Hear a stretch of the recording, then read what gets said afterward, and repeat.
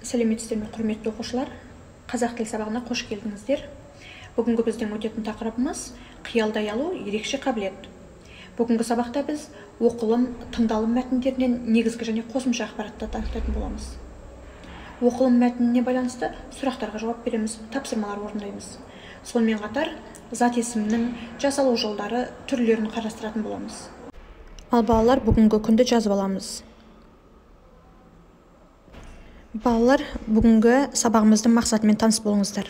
Біз сіздермен алдыңғы сабақта дара және күрделі зат есім, деректі және дерексіз зат есімді өткен болатынбыз. Енді бүгін сабағымызды ары қарай жалғастырамыз.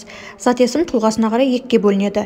Негізгі зат есім, бөлшектеуге келмейтін түбір зат есім. Мысалы, ана, бала, жапырақ. Туынды зат есім, түбір зат есімге немесе басқа сөз таптарына жұрнақ жалғану арқылы жасалатын зат есім. Оқушы, достық, білім. Мысалы, оқушы сөзіндегі оқу ол етістік. Оған ш деген зат есім жұрнақ жалғандықта, оқушы кім деген зат есім сөз жасалды. Ал келесі зат есім жалпы және жалқы болып екіге бөлінеді. Жалпы зат есім деп отырғанымыз біркелкі заттың атауын білдіреді және кіші әріппен жазылады. Дана, ана, аға, жапырақ, дала, сынып, мектеп. Ал жалқы зат есім деп отырғанымыз заттарға берілген атау. Мысалы, адамның атауы, жануардың, жер су атаулардың және жұлдыздардың, материктердің атауы. Олар үлкен әріппен жазылады.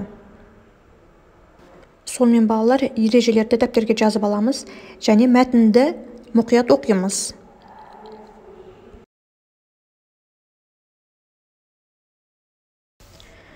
Сонымен балалар, егер мәтінді оқып болсақ, төмендегі тапсырмаларды орындаймыз, сұрақтарға жауап береміз. Ал сонымен балалар, бүгінгі сабақтан біз не үйрендік? Біз қиялдаудың адамзатқа қаншалықты әсер ететінін білдік.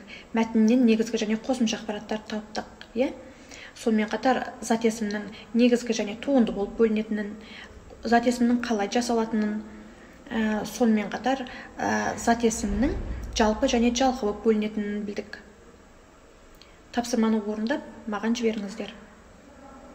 Сабаққа қатысқандарыңызға көп рахмет.